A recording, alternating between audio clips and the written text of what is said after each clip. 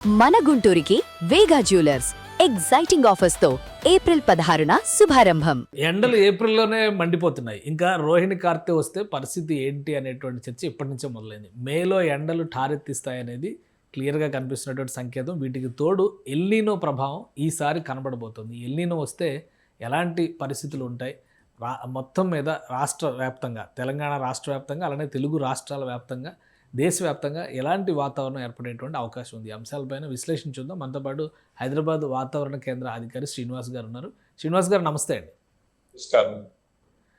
Sir, వాతావరణ పరిస్థితుల రీత్యా చూస్తే గత 2-3 రోజులుగా ఎండలు బాగా పెరిగినాయి. జనాలందరూ కూడా ఇప్పుడే ఇంత ఎండలా అనేటువంటి పరిస్థితి ఉంది. ఇంకోవైపు నుంచి ఎల్నీనో అనేటువంటి ప్రచారం జరుగుతుంది. అసలు ఏంటి సార్ ప్రస్తుతం ఉన్నటువంటి సిచ్యుయేషన్? మనకి మార్చ్, ఏప్రిల్, మే నెలలు యాక్చువల్ మనకి సమ్మర్ సీజన్ ప్రారంభమవుతుంది. ప్రారంభమైనప్పుడు మనకి మార్చి ఫస్ట్ అండ్ సెకండ్ వీక్ లో యాక్చువల్ గా టెంపరేచర్స్ చాలా క్విక్ గా పెరగడం జరిగింది. మనకి మార్చ్ 14th వరకు వచ్చేటప్పటికే రాష్ట్రంలో 2-3 చోట్ల 40 డిగ్రీలు దాటి 40.2, 40.4 అట్లా టెంపరేచర్స్ రికార్డ్ అవ్వడం జరిగింది.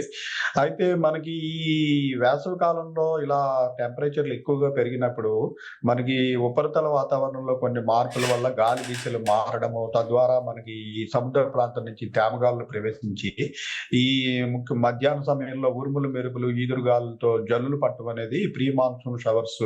ఇది కూడా నార్మల్ సిచ్యుయేషన్ మనకి.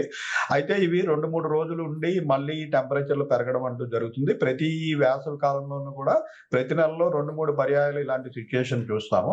అయితే మనకి మార్చి 16 నుంచి ఇంచుమించు ఏప్రిల్ 2-3 తారీఖుల వరకు కూడా రాష్ట్రంలో వివిధ ప్రాంతాల్లో ఇలాగ ఉరుములు, మెరుపులు, జల్లులు, ఈదురుగాలు, వడగళ్ల వానలు ఇవి చూసాం మనము. దీని ద్వారా ఏమైందంటే టెంపరేచర్స్ అక్కడి నుంచి పెద్దగా పెరగలేదు. మనకి యాక్చువల్ గా మార్చి లాస్ట్ వీక్ లో చూసినట్టయితే మన నార్మల్ టెంపరేచర్లు ఉండాల్సిన దానికంటే 3-4 డిగ్రీలు తక్కువ ఉన్నాయి మార్చి లాస్ట్ వీక్ లో. అయితే ఏప్రిల్ 3వ తారీఖు నుంచి 3-4 తారీఖుల నుంచి ఇంచుమించుగా మనకి మళ్ళీ డ్రై స్పెల్ స్టార్ట్ అయింది. వర్షాల ప్రభావం తగ్గిపోవడంతో అక్కడి నుంచి మళ్ళీ టెంపరేచర్లు పెరుగుతూ ప్రస్తుతం మనకి 39 నుంచి 43.5 డిగ్రీల వరకు వివిధ ప్రాంతాల్లో మనకి టెంపరేచర్లు గ్రాడ్యువల్ గా పెరగడం జరిగింది. ఓకే సార్, ఇప్పుడు మరి ఎల్నీనో అనే ఒక ప్రచారం గట్టిగా జరుగుతుంది. అంటే ఈ టెంపరేచర్స్ పెరగడం అనేది ఎల్నీనో రావడంలో భాగమా, లేదా దానికి సంకేతమా? ఎల్నినో ఇంకా రాలేదండి. అంటే ఎల్నినో ప్రభావం యాక్చువల్ గా ఈ టెంపరేచర్ల కంట మనకి రాబోయే మాన్సూన్ మీద ఎక్కువ ఉంటుంది.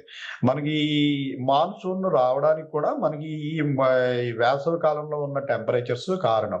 మనకి వేసవి కాలంలో మార్చి, ఏప్రిల్, మే నెలల్లో ఉన్న తీవ్రమైన టెంపరేచర్స్ వల్ల మనకి ముఖ్యంగా ఉత్తర భారతదేశంలో రాజస్థాను, ఆ పరిసరాల్లో పాకిస్తాన్, ఆఫ్ఘనిస్తాన్ ఈ ప్రాంతం అంతా కూడా విపరీతంగా వేడెక్కి ఇక్కడ ఒక పెద్ద లో ప్రెషర్ ఏరియా ఏర్పడుతుంది. దీన్ని హీట్ లో అంటాం. అంటే హీట్ వల్ల ఏర్పడిన లో ప్రెషర్ ఏరియా. సో అదే సమయంలో మనకి దక్షిణార్ధగోళంలో వింటర్ ఉంటుంది. మనకి నార్దర్న్ హెమిస్ఫియర్ భూమధ్య రేఖకు పైన ఉన్నాం మనము. భూమధ్య రేఖ పైన ఉన్న నార్దర్న్ హెమిస్ఫియర్ లో సమ్మర్ అయితే భూమధ్య రేఖకు దిగువన ఉన్న సదరన్ హెమిస్ఫియర్ లో వింటర్. సో ఆ వింటర్ పీరియడ్ కాబట్టి అక్కడ చల్లగా ఉండటం వల్ల మనకి ఈ మస్కారిన్ ఐలాండ్ అని మనకి భూమధ్య రేఖకు దిగువగా ఉన్న ప్రాంతంలో పెద్ద హై ప్రెషర్ ఏరియా ఏర్పడుతుంది. సో ప్రకృతి నియమం ఏంటంటే హై ప్రెషర్ నుంచి లో ప్రెషర్ కి విండ్స్ స్టార్ట్ అయ్యి ఈ లో ప్రెషర్ న్యూట్రల్ అయ్యేంత వరకు ఆ హై ప్రెషర్ నుంచి విండ్స్ ఇటువైపు వస్తుంటాయి. సో ఆ రకంగా మనకి జూన్ నెల నుంచి ఈ సదరన్ హెమిస్ఫియర్ లో ఉన్న హై ప్రెషర్ ఏరియా నుంచి మనకి ఈ రాజస్థాన్ ప్రాంతంలోని లో ప్రెషర్ ఏరియాకి విండ్స్ రావడం స్టార్ట్ అవుతుంది. దీన్నే మనం మాన్సూన్ అంటాం. ఇవి భూమధ్య రేఖను దాటిన తర్వాత ఈ భూగమనం వల్ల నైరుతి దిశకి వంగుతాయి. ఈ గాలులు వంగడం వల్ల ఇవి నైరుతి ఋతుపవనాలు అంటాం. ఇవి కొన్ని సముద్రాల నుంచి ఇప్పుడు పసిఫిక్ మహాసముద్రము, హిందూ మహాసముద్రము, బంగాళాఖాతము, అరేబియన్ సముద్రము వీటి గుండా కొన్ని వేల కిలోమీటర్లు ప్రయాణించి రావడం వల్ల చాలా తేమను తీసుకుని వస్తాయి ఈ గాలులు. ఈ తేమను తీసుకుని రావడం వల్ల అదే సమయంలో మనకి సమ్మర్ వల్ల ఇక్కడ భూభాగం వేడిగా ఉండటం వల్ల అవంతా కూడా ఇక్కడ పైకి పోయి మేఘాలుగా ఏర్పడి మనకి వర్షం పడి ఒక 4 నెలల పాటు మనకి మెయిన్ జీవనాధారం కింద ఇక్కడ తాగునీటికి అలాగే సాగునీటికి చాలా ఉపయోగపడుతూ ఉంటుంది. అయితే ఈ మాన్సూన్ ప్రభావితం చేసేవి 2 గ్లోబల్ పరిణామాలు ఉంటాయి. అది ఏంటంటే మనకి ఇవి పసిఫిక్ మహాసముద్రంలోని ఈ భూమధ్య రేఖకి అటు ఇటు 5 డిగ్రీల నార్త్ అక్షాంశము 5 డిగ్రీల సౌత్ అక్షాంశము మధ్యన ఉన్నటువంటి పసిఫిక్ జలాల టెంపరేచర్స్ కనుక నార్మల్ స్థాయి కంట ఒక 0.5 డిగ్రీస్ ఎక్కువ ఉన్నా కూడా దాన్ని ఎల్ నినో పరిస్థితి అంటాం. దీనివల్ల ఏమవుతుందంటే మనకి ఈ విండ్స్ యొక్క ఇటువైపు వచ్చే విండ్స్ యొక్క ఉధృతి అందులో ఉన్న మాయిశ్చర్ తగ్గిపోయి అవి వేరే దిశగా మనకి సౌత్ అమెరికా వైపు తరలి వెళ్ళిపోవడం జరుగుతుంది అనమాట. అలా కాకుండా ఈ అక్కడ ఉన్న జలాల యొక్క టెంపరేచర్ ఒక 0.5 డిగ్రీస్ తక్కువ ఉన్నట్టయితే దాన్ని లానినా పరిస్థితి అంటాం. అప్పుడు ఏంటంటే మన వైపు వచ్చే గాలుల్లో తేమ కూడా ఎక్కువ ఉండి మనకి మరిన్ని వర్షాలు పడే అవకాశం ఉంటుంది. అది ఈ టెంపరేచర్ ఇప్పుడు 1 డిగ్రీ కంటా పెరిగి 1.5 ఉన్నట్టయితే దాన్ని మోడరేట్ ఎల్ నినో అని, 2 డిగ్రీల నుంచి 3 డిగ్రీల మధ్యలో కనుక అక్కడ జలాల టెంపరేచర్ పెరిగినట్టయితే దాన్ని సూపర్ ఎల్ నినో అని అంటారు. సో ప్రస్తుతం అయితే మనకి ఐఎండి అనాలిసిస్ ప్రకారం మనకి జూన్ నెలాఖరు వరకు కూడా ఇంచుమించు న్యూట్రల్ పరిస్థితిలో ఉంటాం. అంటే ఎల్ నినో కూడా కాదు, లా నినా కూడా కాదు, 2 కాకుండా న్యూట్రల్ నార్మల్ టెంపరేచర్ పరిస్థితి. అయితే జూలై నెల నుంచి ఇక్కడ ఎల్ నినోగా మారే అవకాశం ఉంది. అంటే ఈ జలాల టెంపరేచర్ పెరిగే అవకాశం ఉందని ప్రస్తుతం మనకి ఇండికేషన్ వస్తున్నాయి. సో మనకి మెయిన్ మాన్సూన్ పీరియడ్ యాక్చువల్ గా మనకి జూన్ లో కేరళలోకి ప్రవేశించినప్పటికీ మన తెలంగాణకు చూసుకున్నట్టయితే జూలై ఆగస్టు నెలల్లో ఎక్కువ వర్షాలు పడే సీజన్ మనకి. సో ఆ సమయంలో కనుక ఇలా ఎల్ నినో వస్తే ఈ మన మాన్సూన్ వల్ల ఈ వర్షాలు ప్రభావితం అయ్యే అవకాశం ఉంది. సో అంటే ఇప్పుడు ఈ ఎఫెక్ట్ వలన ప్రభావం తగ్గేటువంటి ఛాన్సెస్ ఉన్నాయంటారా? వర్షాలకి ముందుగానే వర్షాలు రావడం విషయం ముఖ్యంగా జూన్ ప్రారంభంలో వర్షాలు పడడం కానీ లేదా పడకపోవడం కానీ జాప్యం జరగడం కానీ, లాస్ట్ టైం అయితే రెయిన్ఫాల్ ఎక్కువ ఉంది అనేటువంటి లెక్కలు కనిపించినాయి. ఈసారి అలాంటి పరిస్థితి ఏమైనా కనిపిస్తుందా? కొంచెం వెనక్కి జరుగుతుందా లేదా అసలు రెయిన్ఫాలే తగ్గేటువంటి ఛాన్స్ ఉంటుందా? ఈ ఎల్ నినో కనుక దాని ప్రభావం స్టార్ట్ అయితే ఈ మాన్సూన్ యొక్క ఆగమనంలోనూ తేడాలు ఉంటాయి, లేట్ అయ్యే అవకాశం ఉంటుంది. తర్వాత during the 4 months of monsoon period కూడా దాని ఫ్లోలో రకరకాలమైన తగ్గుదల ఎక్కువగా కనిపిస్తుంది. మనకి తగ్గుదల కనిపించి అక్కడ ఉన్న జలాల యొక్క టెంపరేచర్ తీవ్రతను బట్టి అది 1.5 డిగ్రీస్ మోడరేట్ ఎల్ నినో అయితే మరింతగా రైన్స్ మనకి తగ్గే అవకాశం ఉంది. అదే తీవ్ర ఎల్ నినో అయితే చాలా మనకి కరువు కూడా వచ్చే అవకాశం ఉంటుంది. సో అయితే ఈ ఎల్ నినోని అడ్డుకునే మరొక సిస్టమ్ కూడా ఉంది. ఇది మనకి పసిఫిక్ మహాసముద్రాన్ని దాటిన తర్వాత ఈ పవనాలు మనకి హిందూ మహాసముద్రం మీదుగా వస్తాయి. హిందూ మహాసముద్రం, అరేబియన్ సముద్రం, బంగాళాఖాతం ప్రాంతంలో వస్తాయి. సో ఇక్కడ కూడా ఐఓడి ఈ ఇండియన్ ఓషన్ డైపోల్ అనే ఒక సిచ్యుయేషన్ ఉంటుంది. ఈ ఇండియన్ ఓషన్ డైపోల్ అంటే ఏంటంటే మనకి ఇప్పుడు హిందూ మహాసముద్రంలో పశ్చిమ దిక్కులో ఉన్న జలాల యొక్క టెంపరేచర్ ఎక్కువ ఉండి తూర్పు దిక్కులో ఉన్న జలాల యొక్క టెంపరేచర్ తక్కువ ఉన్నట్టయితే అది మాన్సూన్ కి అనుకూలం. అట్లా కాకుండా తూర్పు దిక్కులో ఉన్న జలాల టెంపరేచర్ ఎక్కువ ఉండి పశ్చిమ దిక్కులో ఉన్న హిందూ మహాసముద్ర జలాల టెంపరేచర్ తక్కువ ఉన్నట్టయితే అది నెగిటివ్ ఐఓడి. ఇది కూడా మాన్సూన్ ని తగ్గిస్తుంది. సో ప్రస్తుతం ఈ ఐఓడి కూడా న్యూట్రల్ పొజిషన్ లో ఉంది. అయితే మన ఎనాలిసిస్ లో ఏం చెప్తుందంటే మనకి జూలై తర్వాత ఆగస్టు నుంచి ఈ ఐఓడి పాజిటివ్ గా మారే అవకాశం ఉంది అని తెలుస్తుంది. సో ఐఓడి పాజిటివ్ గా మారితే ఏంటంటే మాన్సూన్ వల్ల వచ్చే దుష్ప్రభావాలన్నీ కొంతవరకు ఐఓడి ఆదుకుంటుంది.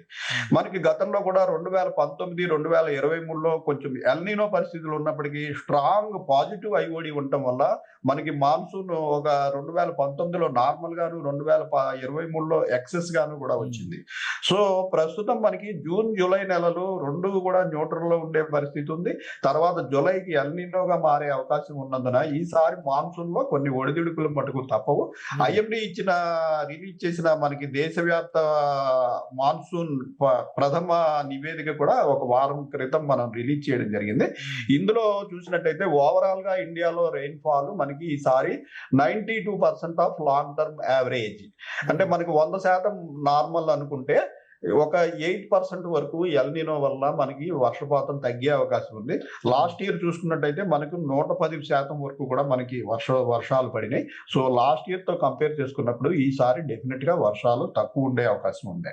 సార్ అంటే రైతాంగం కానీ వ్యవసాయానికి కానీ వీటిపైన కూడా ప్రభావం చూపిస్తుందా? ఇది వర్షాలు తగ్గడం అంటే ఆటోమేటిక్గా ఎక్కువ ఇబ్బంది పడేది రైతులే, లేదా రూరల్ ఏరియాస్లో రెయిన్ఫాల్ మోడరేట్ లెవెల్లో ఉండి పట్టణ ప్రాంతాల్లో తగ్గుతుందా? ఎలా ఉంటుంది సార్ మొత్తం? ఇందులో స్టేట్ వైడ్ ఫోర్‌కాస్ట్ కూడా చూసినప్పుడు ఏమైందంటే, మన తెలంగాణ ప్రాంతంలో చూస్తే నార్త్ తెలంగాణలో బాగా డెఫిషియెంట్ ఉండే అవకాశం ఉంది. అయితే ఈస్ట్ తెలంగాణ, సెంట్రల్ తెలంగాణలో ఇంచుమించుగా నార్మల్ రెయిన్‌ఫాల్ గాని, స్వల్పంగా అధికంగానే ఉండే అవకాశం ఉంది. ఓవరాల్‌గా తెలంగాణలో చూసుకున్నట్టయితే డిస్పైట్ ఎల్‌నినో మనకి నార్మల్ రెయిన్‌ఫాల్ ఉండే అవకాశం కనిపిస్తుంది. కానీ మనం ముఖ్యంగా తాగునీటికి, సాగునీటికి కూడా మనం ఈ వర్షం మీద ప్రస్తుతం ఎవరు ఆధారపడటం లేదు. అంతా మనకి కాలువల వ్యవసాయం, అలాగే మనకు వచ్చే నీరు కూడా గోదావరి జలాలు, ఇలా నదీ జలాలు. ఈ నదులన్నీ కూడా మనకి వెస్టర్న్ ఘాట్స్‌లో పడిన మాన్సూన్ రెయిన్‌ఫాల్ వల్ల వస్తాయి.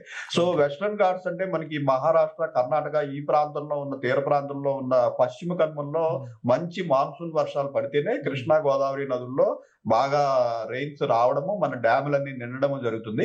అయితే ఆ ప్రాంతంలో బాగా డెఫిసిటే చూపిస్తున్నందున మనకి నదీ జలాల్లో పెద్దగా వాటర్ రాకుండా మన డ్యాములు నిండని పరిస్థితి ఉంటే డెఫినిట్‌గా వ్యవసాయం మీద, అలాగే తాగునీటి మీద కూడా సిటీలో కూడా మనం ఇప్పుడు గోదావరి జలాల మీద ఆధారపడి ఉన్నాం. మనం లోకల్‌గా పడే వర్షాన్ని ఎవరు వినియోగించుకునే స్థితిలో లేరు.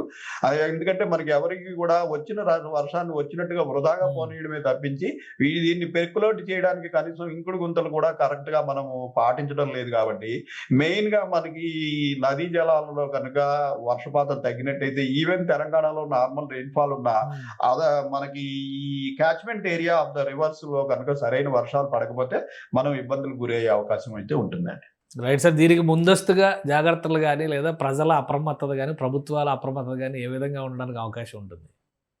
దీనికి ఏంటంటే మనకి ముందుగానే తెలిసింది ఎల్‌నినో పరిస్థితులు ఉంటాయి కాబట్టి, ముఖ్యంగా ఈ వ్యవసాయానికి సంబంధించి ఇప్పటి నుంచే మార్పుల గురించి ఆలోచించాలి. ముఖ్యంగా ఏంటంటే లాంగ్ టర్మ్ పంటలు వేసుకున్నట్టయితే ఇబ్బందికర పరిస్థితులు ఉంటాయి. కాబట్టి షార్ట్ టర్మ్‌లో అయిపోయే 40, 50 రోజుల్లో అయిపోయే పంటలు ఉంటాయి కొన్ని. అటువంటివి అలాగే మనకి పల్సెస్ ఇటువంటి వాటికి మారిపోవడము, అలాగే ఇరిగేషన్ కూడా ఎక్కువగా కావాల్సొచ్చిన వరి అటువంటి వాటి నుంచి ఇతర వాటికి మారడము, షార్ట్ టర్మ్ వాటికి మారడము. అవసరమైన చోట కొన్ని చోట్ల డ్రిప్ ఇరిగేషన్ పెట్టుకున్నట్టయితే వాటర్ ఎక్కువ వేస్ట్ కాకుండా దాన్ని ఉపయోగించుకోగల స్థితి ఉంటుంది. ఇటువంటి వాటి గురించి మనకి ఇంకా 2 నెలల టైం ఉంది కాబట్టి ముందుగానే ఆలోచించుకోవడం అవసరం. అలాగే ముఖ్యంగా సిటీల్లో తాగునీటి గురించి చూసుకున్నట్టయితే ఈ వేసవి కాలంలో కూడా మనకి థండర్ స్టార్మ్స్ ద్వారా మంచి వర్షాలు పడుతుంటాయి. అది పడిన వర్షాన్నంతా మనం వృధాగా వదిలేయకుండా ఈ ప్రతి ఆవరణలోనూ ఎవరికి వాళ్ళు ఒక పెర్కులేషన్ పిట్, ఇంకుడు గుంత లాంటిది పెట్టుకుని బోర్‌కు దగ్గరలో పెట్టుకుని దాన్ని రీచార్జ్ చేసుకున్నట్టయితే మనకి జూన్ నెలలో వెంటనే వర్షాలు పడకుండా డిలే అయిపోయినా కూడా కొంతవరకు మన భూగర్భ జలాల నుంచి మనం వాటర్ తీసుకోవడానికి అవకాశం ఉంటుంది. ఈ విధమైన మార్పులకి ఇప్పటి నుంచి మనం ప్రిపేర్డ్‌గా ఉండడం అవసరం. Right sir. Thank you sir విశ్లేషణ అందించినందుకు. ఇది వస్తున్నటువంటి సీజన్ మాన్సూన్‌ని ఎఫెక్ట్ చేసే విధంగా ఈ ఎండలు పెరుగుతున్నాయి. ఎల్‌నినో ప్రభావం కనిపించేటువంటి సంకేతాలు చాలా స్పష్టంగా ఉన్నాయి. ఇంకా నిర్ధారణ కాకపోయినప్పటికీ కూడా ప్రజలు అప్రమత్తంగా ఉండాలి. దానికి తగ్గట్టుగా ప్రభుత్వం కూడా చర్యలు తీసుకునేటువంటి ఛాన్సెస్ ఉంటాయి. ఈ 2 నెలల పాటు అంటే ఏప్రిల్ ఎండింగ్‌కి వస్తున్న సగం ఏప్రిల్ అయిపోయింది. ఏప్రిల్, మే నెలల్లో మాత్రం పెద్ద ఎత్తున ఎండాకాలాన్ని చవిచూడబోతున్నాం. ఆ తర్వాత వర్షాకాలం పైన కూడా దీని ప్రభావం ఉండబోతుంది. So be alert.